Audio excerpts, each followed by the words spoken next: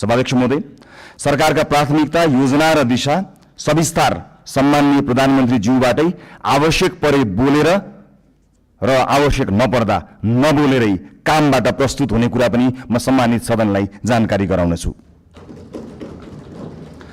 र म आज केवल केही राजनीतिक विषयमा प्रवेश गर्न चाहन्छु। सभाध्यक्ष महोदय, यो सम्मानित संसदमा यसअघि पनि पटक पटक एकल बहुमतका सरकार नबनेका होइनन्, तर ती सरकारहरू इतिहासका अङ्क बने, इतिहास बदल्ने औजार बन्न सकेनन्।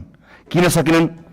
दृष्टिकोणमा समस्या थियो कि प्राथमिकतामा, पारदर्शिता र जवाफदेहितामा कमजोरी थियो कि कार्यान्वयनमा? किन अवसरहरूलाई परिणाममा बदल्न सकिएन? हामी इतिहासबाट सिक्न लाज मान्ने छैनौँ। जनताले अहिले हामीलाई दिएको विशाल बहुमतको इतिहास यो पनि फेरि गुमेको अवसर भनेर लेखियो भने हामी कलङ्कित हुनेछौँ। हामीलाई त्यो मन्जुर छैन। राष्ट्रपाका साथीहरूलाई म सम्झाउँछु, हामी यहाँ प्रश्न सोधेर आएका हौँ। अहिले बस्ने ठाउँ फेरि होला, तर आज पनि ती प्रश्नहरूप्रति हाम्रो नैतिक जिम्मेवारी उस्तै छ। अब साबित गर्नु छ कि हामीलाई केवल प्रश्न सोध्न मात्र आउँदैन, उत्तर दिन पनि आउँछ। समस्या देखाउन मात्र होइन, समाधान खोज्न पनि आउँछ। प्रतिपक्ष दलहरूलाई मेरो विनम्र आग्रह छ, हामीमाथि 24 घण्टा निगरानी गरिदिनु होला। शासनमा तपाईहरूको लामो अनुभव छ, हाम्रा कमजोरी उजागर गरिदिनु होला, गल्ती देखाइदिनु होला। यदि हामीले बाटो बिरायौँ भने सच्याइदिनु होला। यदि हामी जनताबाट टाढा हुन खोज्यौँ भने हामीलाई जनताको आवाज सम्झाइदिनु होला। हामीबाट अहंकार नबढोस्, हामीमा कुनै अहंकार नछाओस्, हाम्रा निर्णयहरू एकतर्फ नहुन्। लोकतन्त्रमा सत्ता पक्ष र प्रतिपक्ष प्रतिस्पर्धी मात्र होइनन्, एकअर्काका पूरक पनि हुन्। एकले काम गर्छ, अर्कोले निगरानी गर्छ, एकले योजना बनाउँछ, अर्कोले परख गर्छ। हामी प्रतिपक्षको आवाज कमजोर हुन दिने छैनौँ, किनकि प्रतिपक्षको आवाज कमजोर बनाइयो र उपेक्षा गरियो भने लोकतन्त्र कमजोर हुनेछ। यो हामीले अस्ति भर्खरै देखिसकेका छौँ। यो संसद बहसको थलो हुनेछ, प्रतिशोधको होइन। हिजो आफ्नालाई बचाउन र विपक्षीलाई फसाउन कानून नै संशोधन गरिएको छ र अध्यादेश समेत ल्याइएको छ। त्यस्ता गलत क्रियाकलाप यथाशीघ्र सच्याइने कुरा म यो सम्मानित सदनलाई जानकारी गराउन चाहन्छु। प्रतिपक्षमाथि अहंकार र प्रतिशोधको त्यो अध्याय अब दोहोरिने छैन। आस्थाका आधारमा फरक व्यवहार हुने छैन। अब अन्यायपूर्वक विधि नै निचेर सुन्न मन लागेका कुरा नसुनौ भनेर कसैको माइक काटिने छैन। संसदीय समितिहरूमा संख्याकै बलमा प्रतिशोध र अत्याचार हुने छैन, तर सुशासनको वेग भने रोकिने छैन। न्याय पाउने पहिलो हक शहीदकी आमाको हो, त्यसलाई प्रतिशोध भन्न पाइने छैन।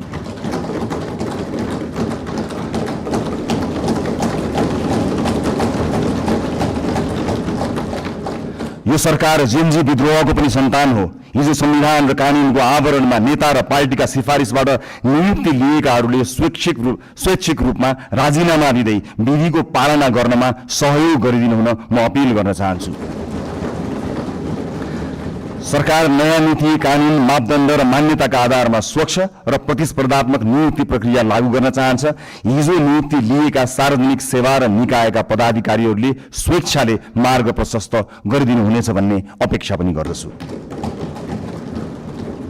सभाध्यक्ष महोदय, छिमेकी राष्ट्र र मित्र राष्ट्रसँगका सम्बन्धलाई सडकमा लैजाने र सत्ता छाड्न परेपछि विदेशी चलखेल भन्ने गैर जिम्मेवार र सस्तो खेल अब हुने छैन। प्रतिपक्षलाई समेत साथमा लिएर हामी मित्रवत, सहकार्यपूर्ण र पारदर्शी परराष्ट्र नीति तय गर्नेछौँ। त्यो रणनीतिक र दीर्घकालीन सोचमा आधारित हुनेछ। व्यापार, लगानी, शिक्षा, पर्यटन र प्रविधि मैत्री हुनेछ। त्यसले पहिला राष्ट्रहित र त्योसँगै अन्तर्राष्ट्रिय सम्बन्धमा विश्वास र स्थायित्व सुनिश्चित गर्नेछ। स्वदेशी र विदेशी लगानीकर्तालाई यही रोस्ट्रमबाट मेरो अपिल छ, अब नेपाल लगानीका लागि पूर्ण सुरक्षित छ, किनकि राजनीतिक स्थिरता, कानूनी सुरक्षा र पारदर्शी प्रशासनको हामी ग्यारेन्टी गर्छौँ। प्राकृतिक स्रोत र युवा जनशक्तिको यो देशमा अभाव छैन। म गैर आवासीय नेपाली दाजुभाइ दिदीबहिनीहरूलाई अपिल गर्छु, नेपालमा केही गरौँ। तपाईँ नेपालको आर्थिक विकासमा जोडिनुहोस्। हामी एक पटकको नेपाली सबैको नेपालीको बाचा पूरा गरेरै छाड्छौँ। नेपालको विकाससँग तपाईँको पुँजी, सिप, अनुशासन र आत्मविश्वासलाई जोड्न जे गर्नुपर्छ हामी त्यही गर्छौँ, जसरी पनि गर्छौँ। तपाईँहरूको लगानी सुनिश्चित बनाउनेछौँ, तपाईँहरूको सम्मान सुनिश्चित गर्नेछौँ। देशभित्र म निजी क्षेत्रलाई पूर्ण आश्वस्त पार्न चाहन्छु, बिचौलिया र माफियाहरूले बिगारेको व्यावसायिक वातावरण हामीले सुधार गर्न सुरु गरिसकेका छौं।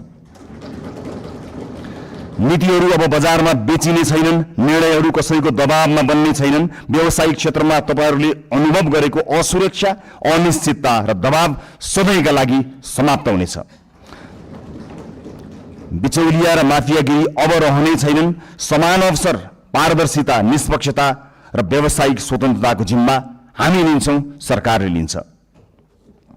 म एउटा प्रसंग यहाँ प्रस्तुत गर्न चाहन्छु। सभामुख महोदय, मेरा मित्र माननीय खगेन्द्र सुनवार निर्वाचित भएर यहाँ आउनुभएको छ। चुनावी दौडका सिलसिलामा उहाँका विषयमा विवाद आउँदा थाहा छैन उहाँले गल्ती गर्नुभयो गर्नु भएन, तर उहाँले माफी माग्नुभयो। यति छिटै माफी माग्नुभयो, भन्नुभयो मबाट त्यस्तो गल्ती भयो जस्तो मलाई लाग्दैन, तर गल्ती भएको रहेछ भनेर माफी माग्नुभयो।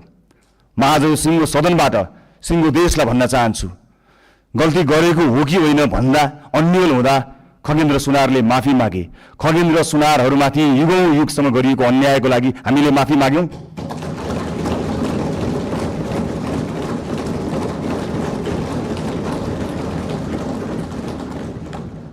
यो देशको दलित समुदायलाई मैले आज सार्वजनिक क्षमा याचनाका साथ केही भन्नु छ। यो सरकार शताब्दीदेखिको विभेदको, अन्यायको, अत्याचारको इतिहाससँग पहिलो पटक सामूहिक र सार्वजनिक माफी माग्दैछ, त्यो पनि यो सदनबाट।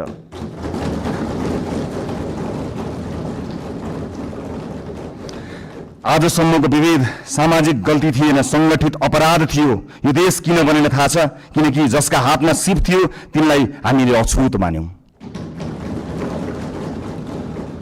अब कुनै पनि नेपाली जातका नाममा झुक्नु पर्ने छैन। म सिङ्गो पार्टी, सम्माननीय प्रधानमन्त्रीज्यू, सरकारको तर्फबाट पनि माफी माग्छौं र यो माफीको मूल्य अब न्यायले गर्नेछ भन्ने कुरा पनि सुनिश्चित गर्न चाहन्छु। यो रेस्टुरेन्टबाट मैले आमा र दिदीबहिनीहरूलाई पनि केही भन्नु छ।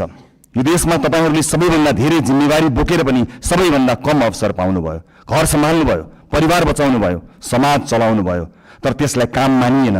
महिलालाई अवसर अब अनुग्रह होइन, अधिकार हुनेछ।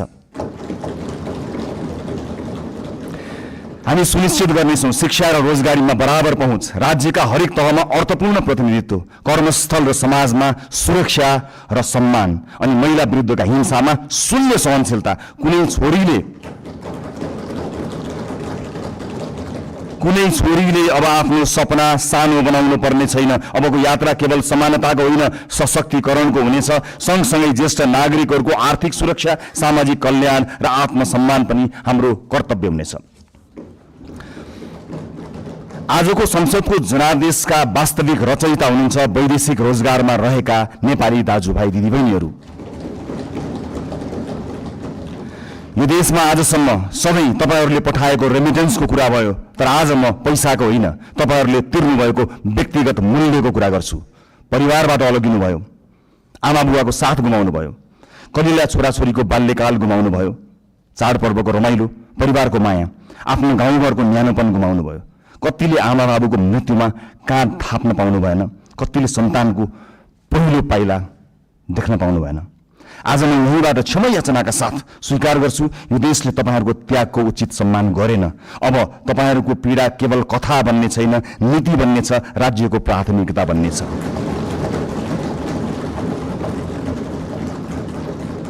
बिचौलिया र श्रम माफिया अब कारबाहीका भागीदार हुनेछन्। अबको नीति तथा कार्यक्रम र बजेट तपाईहरूको हुनेछ। खाडी क्षेत्रमा अब जाने हाम्रा राजदूतहरू बिचौलियासँगको डिनर टेबलमा होइन, श्रमिकका शिविरहरूमा भेटिनेछन्। मैले युवा साथीहरूलाई विशेष अपील गर्नु छ, यो परिवर्तन पनि तपाईहरूको हो, यो सरकार पनि तपाईहरूको हो, यो संसद पनि तपाईहरूको हो। सङ्घर्ष, तपाईहरूको आवाज र तपाईहरूको विश्वासको परिणाम हो यो संसद। तपाईहरूलाई दक्ष र आत्मनिर्भर बनाउन, रोजगारी र उद्यमशीलतासँग जोड्न, नवप्रवर्तन र नेतृत्वका अवसरहरू पैदा गर्न सरकार प्रतिबद्ध छ। माननीय सांसदज्यूहरू, जुनसुकै पार्टीबाट चुनिएर आए पनि हामी जनतालाई प्रतिनिधित्व गर्दछौँ। त्यसैले अब हाम्रो लक्ष्य एउटै हुनुपर्छ, देशको समृद्धि, जनताको जीवनमा सुधार र न्यायपूर्ण समाजको निर्माण। मलाई विश्वास छ यो सहकार्य, उत्तरदायित्व र परिवर्तनको प्रतीक हुनेछ। धन्यवाद।